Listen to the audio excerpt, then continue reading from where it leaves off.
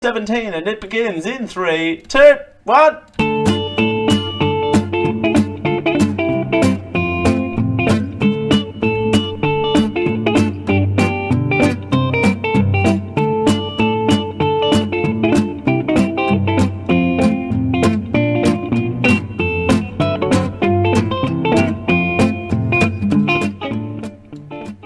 Out of 10 fictional doctors say that you should start your day the generic live show way.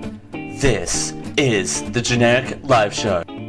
Thanks for joining us here on the Generic Live Show for Sunday! Thanks for joining us. It's Dale Campbell here with you. It's a pleasure as always, and now that I've blasted out your ear holes, we can start the show. Thanks for joining us. It's 9 p.m. Australian Eastern Standard Time, 7 a.m. Eastern Time on the east coast of the United States of America. Thanks for joining us. It's a pleasure to be here. As per always, it's Dale Campbell here with you. We're doing it for Geek.io. Right off the bat, because I know you're listening to this. Happy birthday to the one, the only, CJ Boat. Oh, birthday is a doodly-doo. I know you wanted that. No, you're not getting the rest of that because I say so. Mainly because I don't have that queued up on this soundboard. But maybe, just maybe by the time I pad a little bit, it'll come up. No, it won't. Okay. Unfortunately, something by Tank and the Bangers came up instead. Who the hell is Tank and the Banners? I want to know who they are. This show is already off the rails, and yeah, here's the rest of it.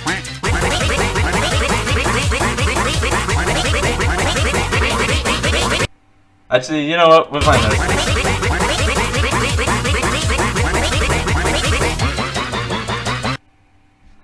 That's right. That is a strange reference. If you do not listen to the Geek.io show, and if you do listen to this and not listening to the Geek.io show, what are you doing? Thursdays, 10 p.m. Eastern, that's US Eastern, that's 12 midday on Fridays, Australian Eastern Standard Time. Go listen to that because it's amazing, and I'm there, and I'm there, and I'm here, and CJ Boat, it's your birthday, live it up, my friend, and do what you do, because what you do is amazing, and you know it. So there, and you don't need me to tell you. So there you go. It is CJ Boat's. Oh, birthday! Okay. I'm gonna close that before the show gets even further off the rails. And first and foremost, and also housekeeping at the top of the show here, I want to thank everyone for the kind words last week. And if you don't know what happened, listen to last week's clip of the week for all the details. But let's just say I presented Epic Rants Volume 4, because it's always fun. It is always fun. There you go. But I'm not presenting Epic Rants Volume 4 this week. This week, what I'm doing is, it's going to be interesting. This week is probably going to be the most interesting I think it's been in a long time. The headline is simple. Man, there are a lot of ads on this page. Anyway, the headline is simple. The headline reads, oh, go away. Ads, come on. Malcolm Turnbull could face High Court challenge over illegal gay marriage postal vote. So what you need to know is Malcolm Turnbull faces a High Court challenge if he proceeds with postal vote. Conservative Liberal politicians went postal poll to determine gay marriage. I want postal poll to determine gay marriage, Prime Minister is calling an emergency meeting to discuss same-sex marriage. It comes as, moderate Liberals push for a conscious vote in Parliament on the issue. Oh, I really just slapped my microphone. Malcolm Turnbull could face a High Court challenge if he goes ahead with a postal vote on gay marriage. We're going to be introducing to you for the people that are being called the Four Musketeers of gay marriage. And, okay, maybe I am going to present Epic Rants Volume 4, but I'm going to keep it at least shorter this time. Can we not call it gay marriage, please? Can we call it marriage equality? Just a little just a little gripe that I have calling it gay marriage. It is marriage equality. It is equal. Call it equal marriage too, but don't call it gay marriage, because that's just putting it in its box, and that's the problem. It's putting it in a box. The warning from top constitutional lawyers comes as the Prime Minister prepares to hold an emergency meeting with Liberal MPs on redefining marriage.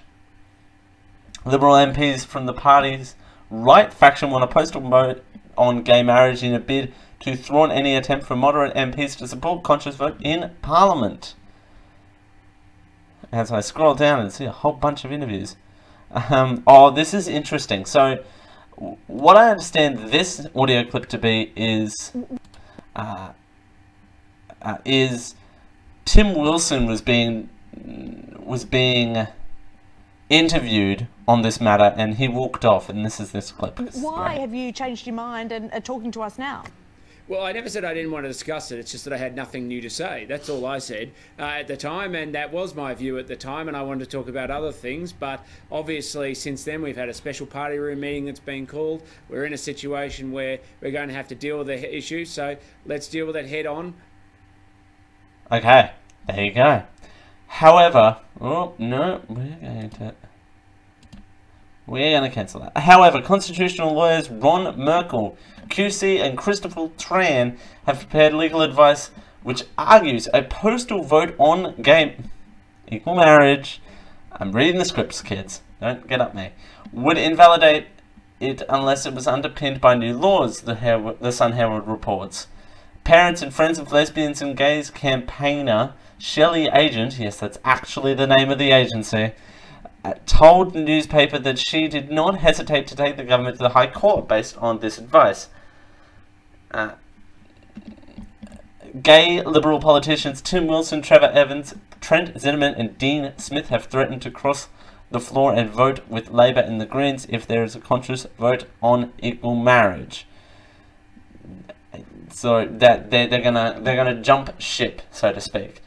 And with a parliament as tight as the Australian one is, you don't really want that happening too often, because it definitely, we don't necessarily have a hung parliament, but we definitely have a parliament that is definitely in the balance as it is over there. The Prime Minister is declaring to take a position on the issue and has promised to hold a secret ballot if it comes to that. Right-wing Liberal MPs, including Immigration Minister Peter Dutton, are pushing for a postal vote on gay marriage after the Senate Mr Turnbull's election promise of a plebiscite on redefining marriage. Tony Abbott's former Chief of Staff Petra Cleedon said on Wednesday night a postal vote is the safe valve that pursues Mr Turnbull's leadership. Wow, really? That's interesting. It's interesting to say it that way. Speaking on the Bolt report, Mrs Credon said a postal vote could happen before Christmas and help to satisfy rumblings in the Liberal Party room. Man, I hope so.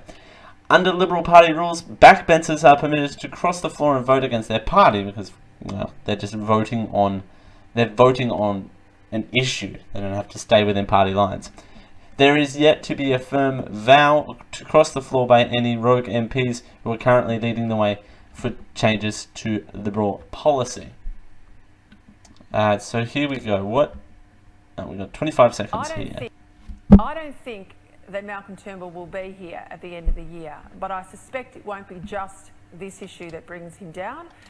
Something where he would have to resign, or they'd blast him out of the seat, Peter? Either or. I mean, it's Whoop. interesting that the postal vote matter is the one that's pushed forward very much by the Conservatives. Matthias Cormann and in particular Peter Dutton, and but for those two men, Malcolm Turnbull would not be Prime Minister. Apologies for the skipping of audio there and the quietness of the audio. Mr Turnbull gone by Christmas, claims Peter Credon. Now, let's move on to the Four Musketeers. Do we have Musketeer music? Do they make The Musketeers. I don't even know how to spell Musketeers, but anyway. I'm probably going to get in trouble for playing this music, but you know what? Why not? No, I don't want the full. Oh, wait, okay. They have songs, right? In the thing. Okay. Here we go. So let's.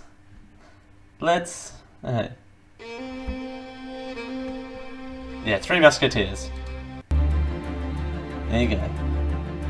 Battling across the earth in search of marriage equality. The Three Musketeers. Home by Christmas. That's the title of it. That's the sequel. Home by Christmas. So Tim, Trevor, Warren, and Trent are the 4 people we're going to hear a lot from in the next couple of weeks, as there'll be another crack at legalising marriage equality in Australia. There are 4 blokes in the media dubbed the Marriage Rebels. I don't think so. And their recent push to bring a free vote on marriage equality, which could come to a head as early as next Tuesday. Jeez, so we're going to be talking about this again next week, so there you go.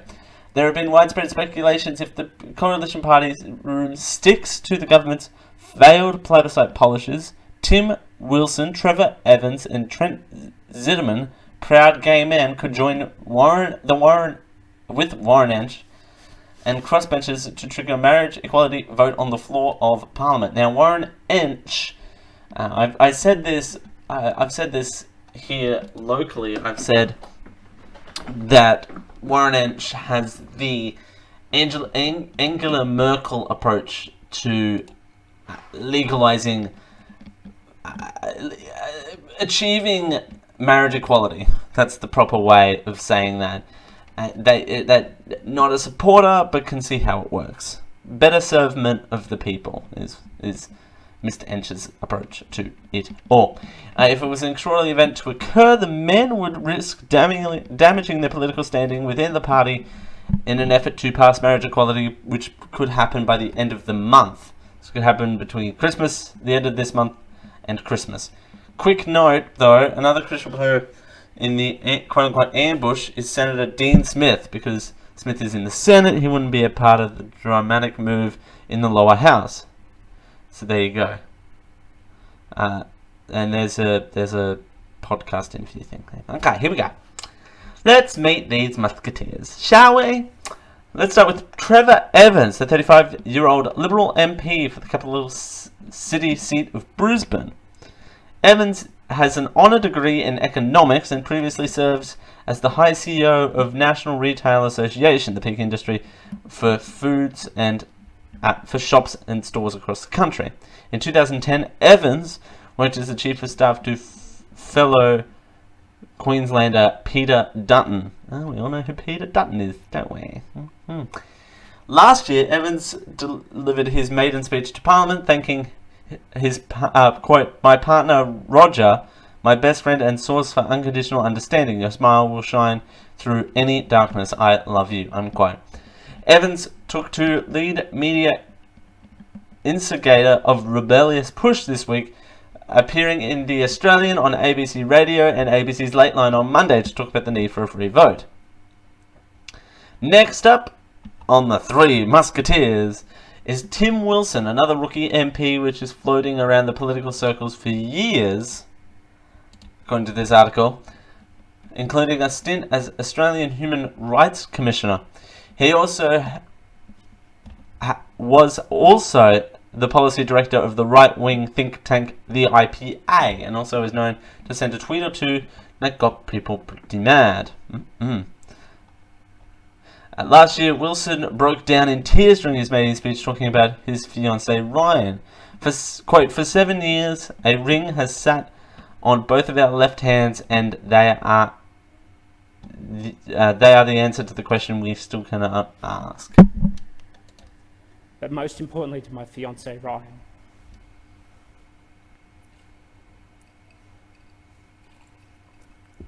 I know you have sacrificed so much for me to be here today, and we are only at the end of our beginning. For 7 years, a ring has sat on both on both of our left hands. And they are the answer to a question we still cannot ask.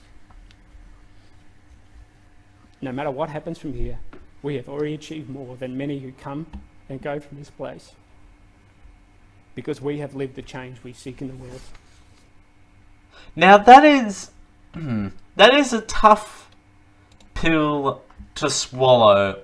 I think personally is that you are a member of a party, and particularly a member of a party, but not only that, a member of a party that has a faction that this person may or may not be affiliated with. I don't necessarily know Wilson's political standings or standings within the Liberal Party, but it's hard. It would be hard to kind of be in that group, but kind of have this personal struggle of wanting to have marriage equality and move on with their life personally, him and his fiance's life personally, and kind of moving on from that barrier would be particularly hard, I would imagine. That's just my personal belief in that one. In the wake of a plebiscite legislation, Blair Wilson was called to the government to resolve the issue in Parliament. Despite Wilson at the start of his parliamentary career, he has already managed to attract some threats to his career from anonymous Liberals in the media. Next, we've got Warren Entsch, the long-serving Queensland MP from my neck of the woods, who has spent years advocating for the Parliament to vote for marriage equality. And she's also known to be a prolific hugger in Parliament. He bloody loves it. He does love a good hug. No, not kidding. And she likes to hug people. And then finally, we've got North Sydney MP Trent Zinnerman, who replaced retiring Treasurer Joe Hockey in his final member of the Marriage Rebels. There you go. The 48-year-old, who has been an advisor to Joe Hockey and former Senator Robert Hill, also public service announcement. Zinnerman is listed as single on his official MP profile. The MP used his maiden speech last year to talk about his sexuality and marriage equality.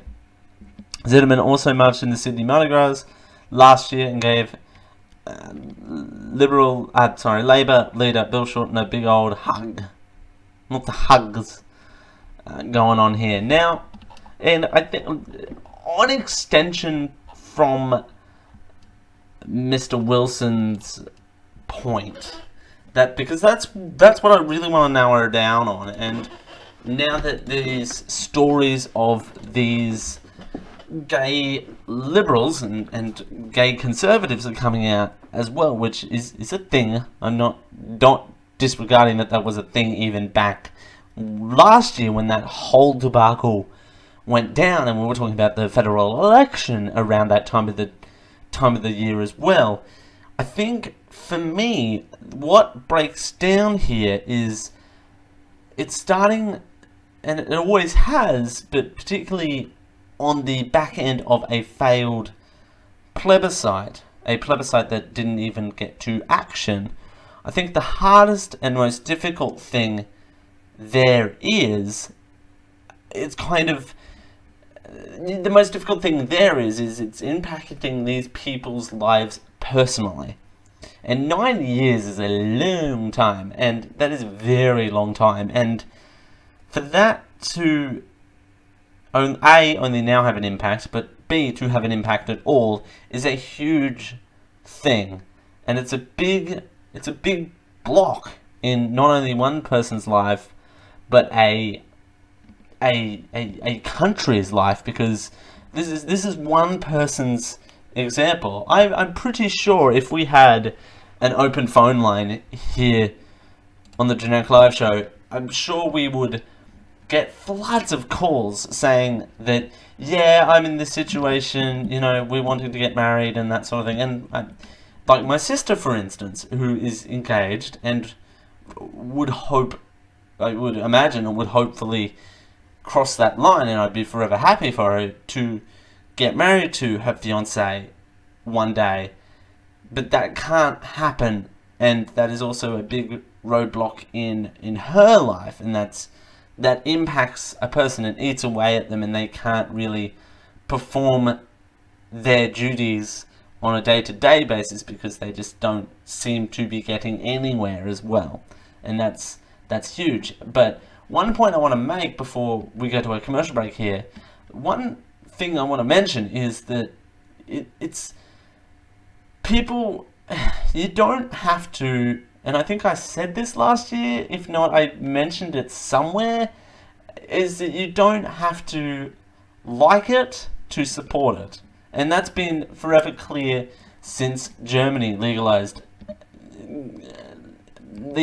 marriage equality earlier this year, is that Angela Merkel voted no. So she voted no for a vote that she implemented, if that makes sense, because she saw the greater benefit in there. And again, it's not just about the institution of marriage. Again, you've got other factors you need to consider as well, like economics and that sort of thing. If you want to hear all of this, I've talked about this all in the past before, but again, the Four Musketeers to the rescue. But yeah, as early as next Tuesday, so we're definitely going to be keeping an eye here on the Generic Live Show about this story for sure. It's definitely going to be a thing that we're going to be keeping our eye on as we continue here on the Generic Live Show for a Sunday. Well,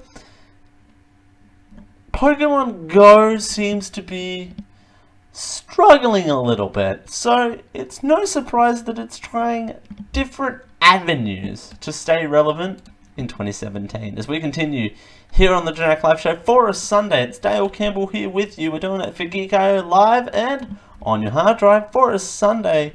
Twitch.tv/Generic Live Show, simulcast at geek-io.net, and where good podcasts are sold. Thanks for joining us here on a Sunday. It's 9:22. Hey you! Yes you, fine listener of this program. You can help us become more than what we already are. I know, it's a revolution. Hold on to your butts, because I'm about to give you a URL address that could change our lives. Not really, but it would help us out tremendously if you went over to geek-io.net/support, so we can do a lot more than what we're actually doing now. That website actually has a lot of links on it where you can help us out monthly through Patreon at our Patreon site at patreon.com/geekio, or you can help us out once off by supporting those who support us. But then you can become the ones who support us, who support you, who support us. It's Supportception. To continue this Supportception, it's in your hands. Go to geek-io.net/support to keep this ever-long cycle of support up. Thank you.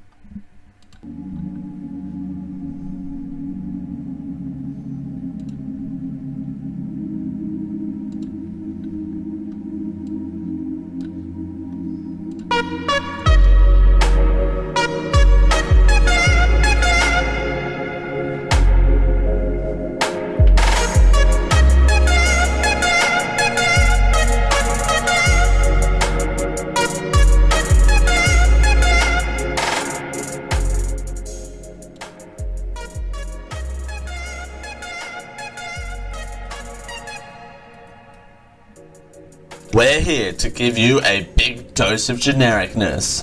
This is the Generic Live Show. Thanks for joining us here on a very hot and sweltery Sunday evening. I don't know what's going on here in the HQ, but I think things are a little bit steamy here in the studio today. Yes. Thanks for joining us. Well, that doesn't really matter if you're listening on podcast. That doesn't really affect you. But let me see what the temperature is actually. Now that we mentioned that, what is the temperature? Actually, we can do this. I have a new phone. I'm going to turn the backing track off.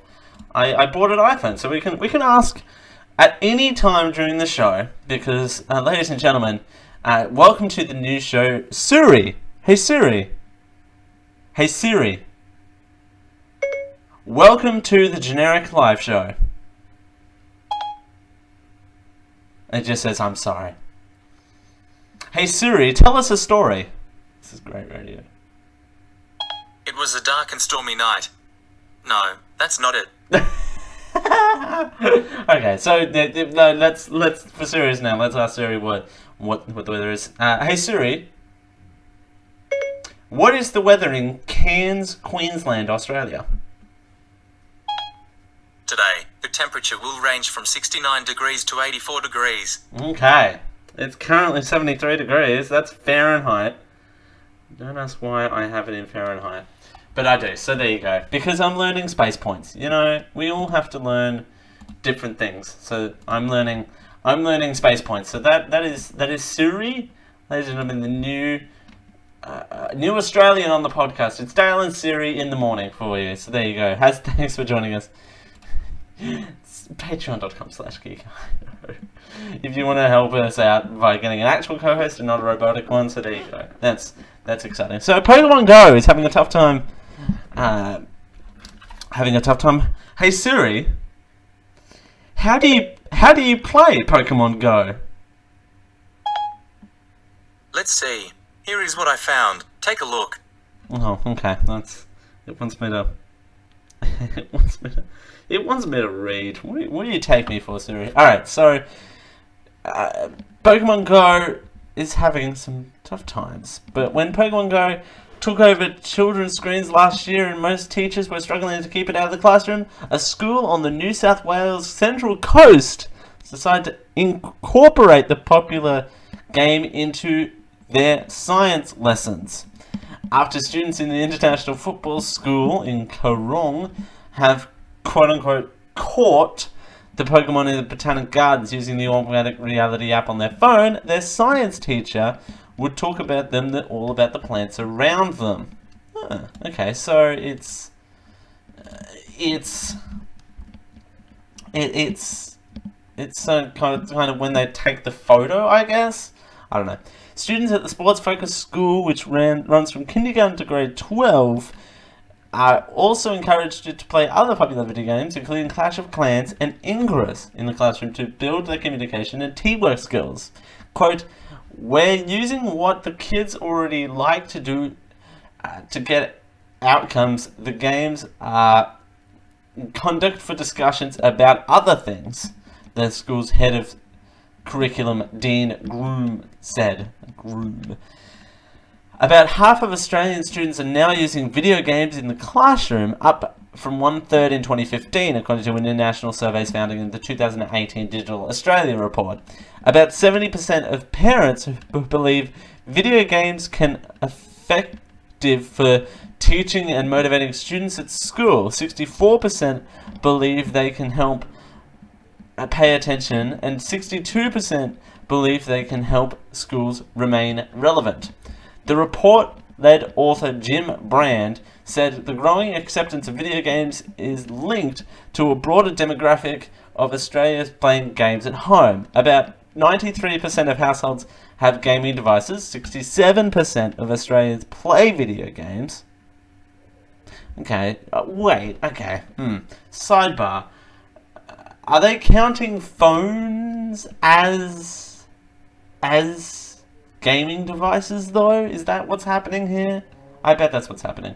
Of those, 77% were age 18 and over, and the average age of the video game is now up 34, up from 24 in 2005. Quote, "Kids and teachers in schools both play video games, and 87% of parents play games themselves," Dr. Brand said. Let's ask our special guest, Siri. Hey Siri, what video games do you play? Nope, okay. Hey Siri, do you play any games? I found an article about game. Shall I read it to you? Yes. A game is a structured form of play, usually undertaken for enjoyment and sometimes used as an educational tool. Games are distinct from work, which is usually carried out for remuneration, and from art, which is more often an expression of aesthetic or ideological elements. However, the distinction is not clear-cut, and many games are also considered to be work or art. Games are sometimes played purely for entertainment, sometimes for achievement or reward as well. Okay. Very informative, Siri. You know what? Oh, I'm gonna work in a bit where I actually have Siri on as an official guest. That could work, but we'll figure that out at another time. But anyway, that's what a game is, ladies and gentlemen. You learnt what. One more question for Siri. Hey Siri, how do you play a game?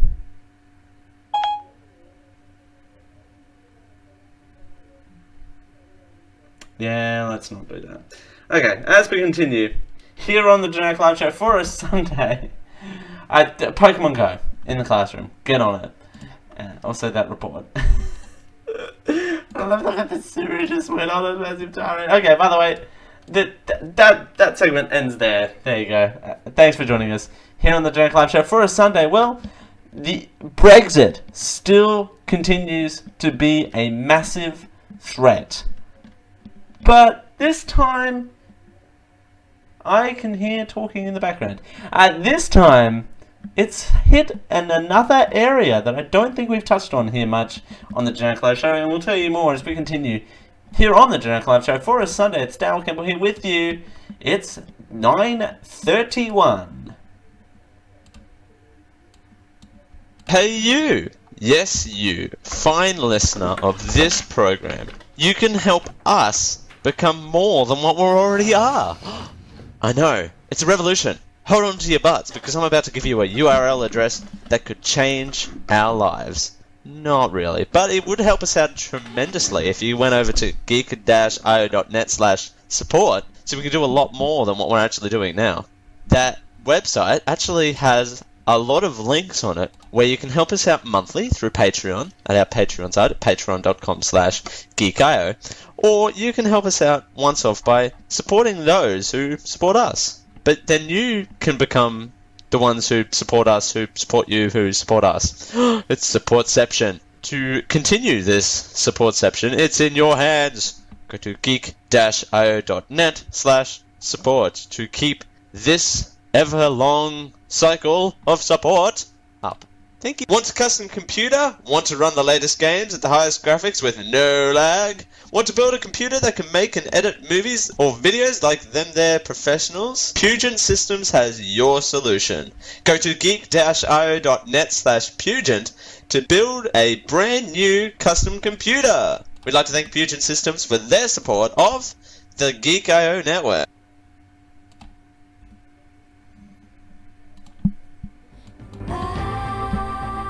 Macca's Chicken Sides Box. 3 crispy tenders made with 100% Aussie chicken and 10 chicken McNuggets. Made for easy dinners, made for family.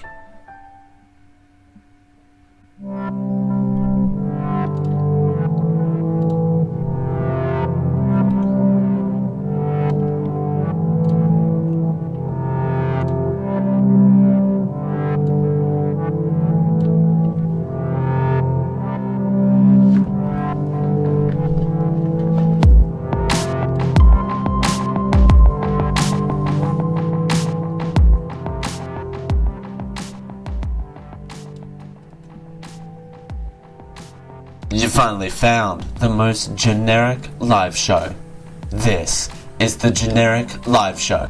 Thanks for joining us here on the Generic Live Show for a Sunday. It's Dale Campbell here with you. We're doing it for Geek.io. Thanks for joining us. Oh, yeah. What a funky burp. That was a funky burp. Thanks for joining us here on a Sunday with Dale Campbell. It's a pleasure to be here as per always. It's great to be here. And to stop that television in the background, which is weird, but I had to close my window, and now it's even hotter in here. It's getting hot in here, so hot. Unfortunately, our guest Siri had to leave, so that's unfortunate. Hey Siri. Okay, that didn't work. Ooh, I outsmarted the iPhone. Yes, queen, I did. So unfortunately, the Siri had to go, so don't really. There you go. That's unfortunate. Mainly because that bit was not funny. But anyway, moving on. Brexit continues to. I think. Can we safely say that Brexit's causing growing pains? Is that is that a can we say that? Because I think it's certainly growing to be this certain thing. So it is fair to say that it is going through some growing pains, because it's certainly this thing that is continuing to grow to be this massive outlandish thing, and a part of that is kind of having this shaky grounds of trying to figure out, okay, how is trade going to be set up? How's the economy going to function without the EU as a supportive background? How is it going to kind of shape up? But so let's move on here. The freedom of movement between the UK and the European Union. Oh, today, sorry, properly set up this this bit here, this news article, this segment. We're talking about immigration. So I don't know if we've talked about immigration in its fullest. So here's what Brandon Lewis has told the BBC about freedom of movement, particularly coming under fire. Free movement of labour ends when we leave the European Union in the spring of 2019. I'll be very clear about that. Freedom of movement ends then, so why should everything else, all the advantages that some people see that we get, our free trade, part of the single market, why will that not also end? Well, obviously, there's a period of negotiation we're going through with the European Union at the moment, but we're very clear that free movement ends. It's part of the core principles, the 4 key principles of the European Union. When we leave, indeed, that but so by definition is that a red ends. line? Is that so? You're saying we're part of a negotiation. You're expecting the EU to negotiate on some aspects. Is it a red line for the UK that freedom of movement has to end March 2019? Well, it's a simple matter of fact that the 4 key principles of the European Union include free movement, and we won't be a member of the European Union when we leave. Free movement. So that is Immigration Minister Brandon Lewis saying that free movement, quote unquote, free movement, that's the term, will end in the spring of 2019. So free movement is the ability to move within the countries in the European Union with no rules, I believe, or with very lax rules. The freedom of movement ends in the European Union in the spring of 2019, he says. We're very clear that free movement ends. The UK is currently working on a Brexit deal with the remaining 27 member states that will determine access to 500 million European single market. At present, the EU remains in its 4 freedoms: movement of goods, movement of services, people, and capital. The inextricable and cannot be cherry-picked. So if you deal with one country, bumping my microphone today. If you deal with one country, you deal with them all, is essentially what that cherry-pick goodness is. The UK is working to negotiate whether it can have the ability to end freedom of movement while remaining access to a single market. So whatever a so-called quote-unquote hard Brexit will need to take place, that Britain outside of the customs union. The UK government has begun a study on the quote-unquote costs and benefits of the EU immigration that is due to be completed by September of 2018, just 6 months before it is actually due to leave in early 2019. It has already said that the 3.2 million EU nationals in the UK would be able to stay, but has not outlined new immigration rules post-Brexit in 2019. Rules to crack down on UK immigration are likely to reduce the amount of members are able to live and work in the country, something UK High Commissioner Alexandra Downer has repeatedly spoken out against in the past. UK Foreign Secretary Boris Johnson is in Australia this week, laying out the groundwork for a post-Brexit free trade deal with Australia. This was P.S. This was a story from last week, basically because of what happened last week. Don't want to go into it, but this is a carryover from last week. That's all I'll say.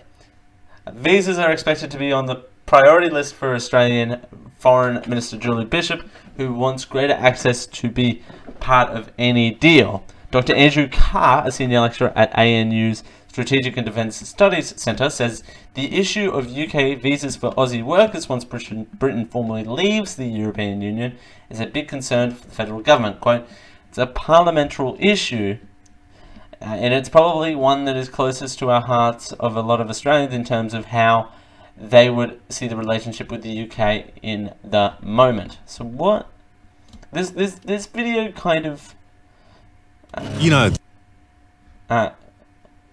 kind of does not... Yeah, that... I'm playing an ad. So this kind of explains Britain... back to the economy for a second, because that is the main concern of Brexit, right? Is the economy. And that's certainly one of the main priorities of all of this, is the economy. And this video talks about the economy is failing GDP to build falls. much momentum over the past 3 months, really, with second quarter GDP edging higher by just 0.3%. The UK economy has been in firm grips of a slowdown since the beginning of the year, and with inflation nearing 4-year highs, the already slim view the Bank of England will soon reverse last year's emergency interest rate cuts are dimming further. For more, let's go to London on the ground. Jasper Lawler joins us now from London Capital Group. Jasper, what do you think of the latest numbers coming out from London? Good morning from London, Tiki. Well, yes, I mean, it was a slight improvement in the second quarter, but I don't think you can really deny that there is a bit of a slowdown in growth happening here in the UK, something that people have been looking for since the Brexit referendum. Been perhaps a bit slower coming than most, more modest than most expected. But I think the core concern here is that our economy has been much too dependent on services, much too dependent on consumption for a long time now, and it's precisely that area where the Brexit vote is hitting the hardest, because this drop in the pound is pushing up prices, and that's a squeeze on the cost of living because wages are just not quite catching up with this rise in inflation. So you're getting to a stage now where growth is slowing but prices are rising, which is not really ideal. If that starts spilling over into the labour market, then suddenly you're looking at a stagflation environment, and suddenly things are looking distinctly less rosy for the UK.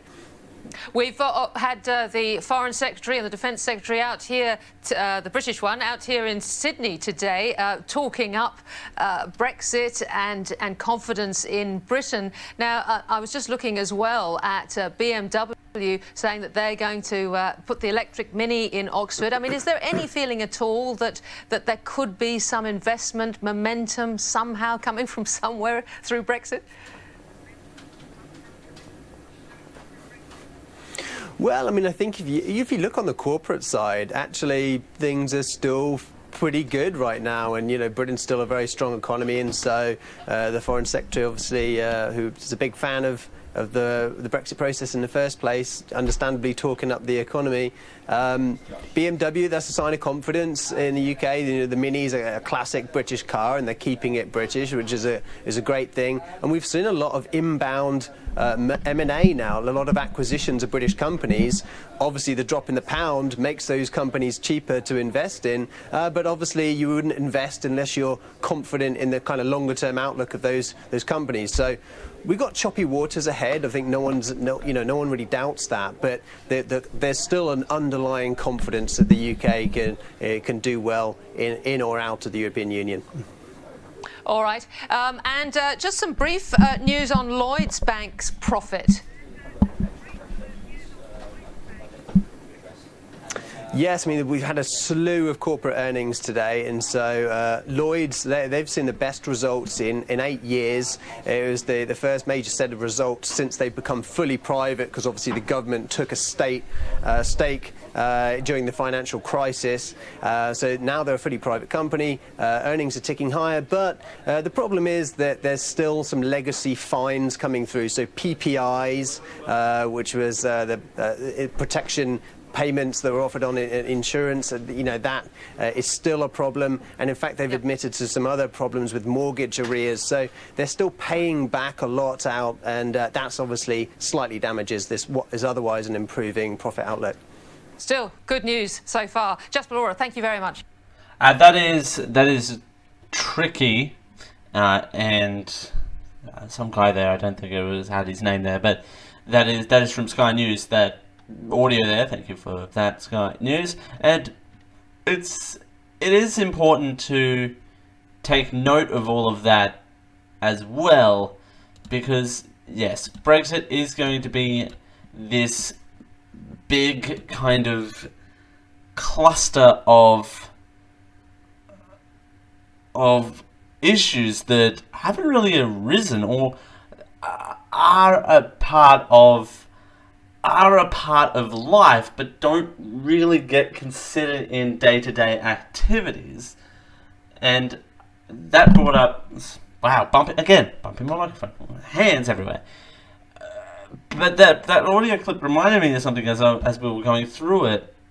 What is going to happen to, say if worse comes to worse, actually, you know what, I'm just going to flat out say it.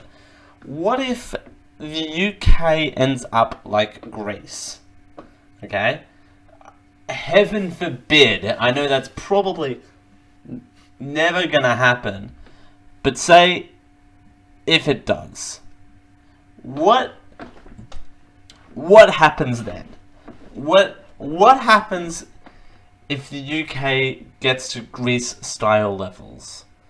They don't have the EU to bail them out. They don't have anyone to bail them out at this point.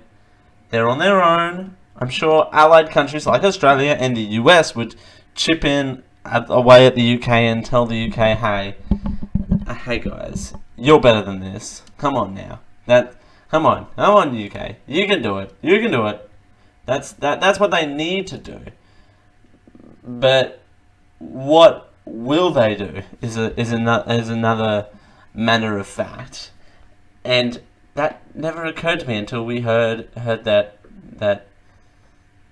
paying back the government fees from a bank that has had shares in it from the government. It's interesting to think how much government involvement as well will happen after Brexit occurs. I know there's going to be a lot of government negotiations coming in, particularly to next year, 2018, and particularly when the UK finally exits the European Union in 2019. But what's gonna really happen when this, when this all shakes up and all takes place? And then once, of course, 2019 happens, we've got yet again another wave of elections coming through. 2020 in the US, 2021 in the UK, I want to say. But definitely 2020 here at home. The UK is going to be left not in the dark, but it's definitely going to be out on its own, particularly in that sort of case. And if say the US changes leaders and Australia changes leaders, what dynamic from the current positions of those people are going to be affecting the UK and those trade deals that take place? I mean, granted, politics aside, it's gonna be different, of course, in 2020 and 2021 than what it is currently. We'll leave that where that is. I mean, even if it's the same people in power by then, it's still going to be different because of the different arrangements and the different deals that can be made. You can have the same people today and have it be different tomorrow. Well, at least you could think, at least you could hope so. But anyway, we live in hopes and dreams, right? Well, Brexit, we live in hopes and dreams. That's legitimately the saying of Brexit at this point. But again, 2020 is going to be interesting as well. In 2021, I think we're going to see the calm of it all and how the UK is going to function out on its own. So there you go. As we continue here on the Generic Live Show for a Sunday, well, it's our favourite new bit that is not, our favourite new segment that is not the one we used to do, but it's the review of a review. And, well, boy howdy, we've got a doozy for you today. This one, pull out your iPhone and your favourite emoji, because we're reviewing reviews of the Emoji Movie. Coming up next, right here on the Generic Live Show for a Sunday. It's Dale Kimball here with you, live or on your hard drive. Thanks for joining us. It's a pleasure, as per always, on a Sunday. It's 9:51. Hey you! Yes, you, fine listener of this program. You can help us become more than what we already are. I know, it's a revolution. Hold on to your butts, because I'm about to give you a URL address that could change our lives. Not really, but it would help us out tremendously if you went over to geek-io.net/support, so we can do a lot more than what we're actually doing now. That website actually has a lot of links on it where you can help us out monthly through Patreon at our Patreon site at patreon.com/geekio, or you can help us out once off by supporting those who support us. But then you can become the ones who support us, who support you, who support us.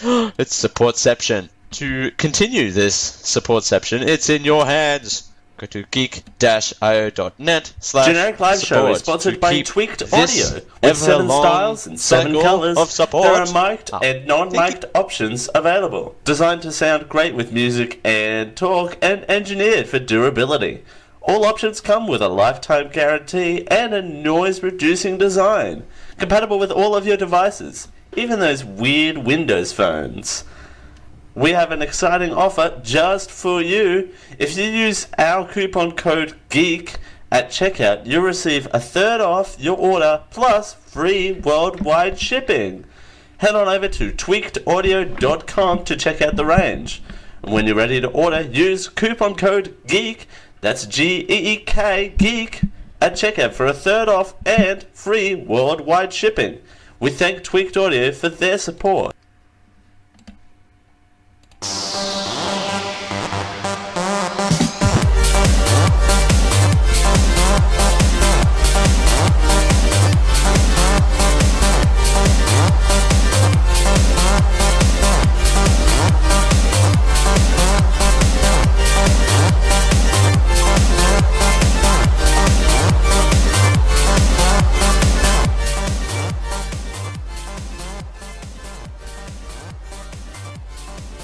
Hold on tight. This is the Generic Live Show. Thanks for joining us here on the Generic Live Show for a Sunday. It's Dale Kimball here with you. We're doing it for Geek.io. Thanks for joining us. It's a pleasure to be here on a Sunday in this steaming hot sauna that I call the studio. Oh boy. And it wasn't even this hot, like, in the middle of the day on a Friday, let alone Sunday at 9:53 p.m. What's going on? But thanks for joining us nonetheless here on the Generic Live Show for a Sunday. It's great to be here as per always. Now, ladies and gentlemen, it is time for, because it is a very special person's birthday today, and happy birthday to the one and the only CJ Boat, ladies and gentlemen. It is his birthday. Send some love his way. This is now the opening tune to the Review of a Review segment. This is where we take reviews and we poke fun at them. Ladies and gentlemen, this is the opening. Oh, birthday is a doodly-doo. I'm gonna play the whole thing, right? Is that how that works? Is this... A ding dong doodly doodly ding dong doo. How about we don't do that? How about we don't do that at all? How about we whisper? How about we whisper? That'd be great. I'm sure someone's into this. Do people... Okay, now that I blasted your ear holes out, but do people like it when people whisper? I've never understood that. But anyway, moving on. Hey, sass, my dick. Oh, jeez, that's gonna get me in trouble. How's it doing? Welcome to the Direct Live Show. I'm glad you can come along. And now that I've said your name out loud, that's my day. That's a great nickname. Anyway, emoji movies. Now that you've come into the greatest part of the show, the emoji movie. Please, anyone reading this review is called Cancer Incarnate, which, okay, dramatic, much. It's 1 star. It's from a reviewer in this fine neck of the woods, Australia. We don't normally have many Australian reviewers, so that's very exciting. Please, anyone reading this, do not go out and spend money on this quote-unquote film. They put it in quotation marks. By doing so, you'll be paving the way for the inedible emoji cinematic universe. Oh, God. What? Okay. Sidebar. The emoji cinematic universe. What does the emoji cinematic universe look like? Does it look like all of the animal? Zootopia emoji movie. How does the Zootopia emoji movie work? I wanna see how that works. Or Fidget Spinner the movie. I wanna see that now. Never before have I deemed a movie to be evil, but at the very act of taking the icons you use on your phone to convey some sort of emotion and conveying them into the subject of an actual movie aimed at little kids is deeply sinister and shameless. That was a long sentence. A movie like this only further encourages the tech and screen obsessed children of 2017 to suck harder on corporate teat that has consumed their entire short existence. Oh, jeez. Products like the Emoji Movie, okay, that's a strange way of putting that, but anyway, contribute heavily to dumbing down of the culture and will only succeed in producing even more mindless and brain-dead drones. Wow. This person, not a fan of the Emoji Movie at all, not a fan. Just doesn't like the Emoji Movie at all. But products like the Emoji Movie contribute heavily to dumbing down of the culture and will only succeed in producing even more mindless brain-dead drones. I wrote that sentence. Just imagine for a second an entire generation of kids who grew up watching the Emoji Movie. I shudder at the thought. Cynical and shamelessly corporate crap like this quote-unquote film, again in quotation marks in this review, only contributes further to a degenerate and dying culture. I mean, we got away with the Angry Bird movies last year, and the Lego Ninjago movie is still yet to come. How many children's movies have to come to this? Apps and plastic toy bricks now get greenlit into multi-million-dollar movies. This is a child exploration by corporations at its finest. And the sad thing is that many people don't seem to care. Watching magical and inspiring films as children can help shape your morals, personality, and even artistic sensibility. I shudder to think of different types of people the Emoji Movie will produce. Okay, first of all, no one's making love in the Emoji Movie cinema. Just putting that out there. And I don't understand why people would say that, but anyway, we'll move on. This review, not a fan, just oof. But there's a way to... The thing with review is we actually are reviewing the reviews. There is a way to get your message across, and conveying it like this is definitely not one of them. This is not a way to convey your message at all. But I mean, it's definitely not a way you should be conveying your message. But anyway, we'll move on. As we continue here on the Generic Live Show for a Sunday, well, remember back last year there was some talk of a plebiscite in Australia for equal marriage. Well, we're trying it again, but this time it's different. Thanks for joining us here on the Generic Live Show for a Sunday. It's Dale Campbell here with you. We're doing it for Geek.io live and on your hard drive. It's 10 o'clock. Hey you! Yes, you.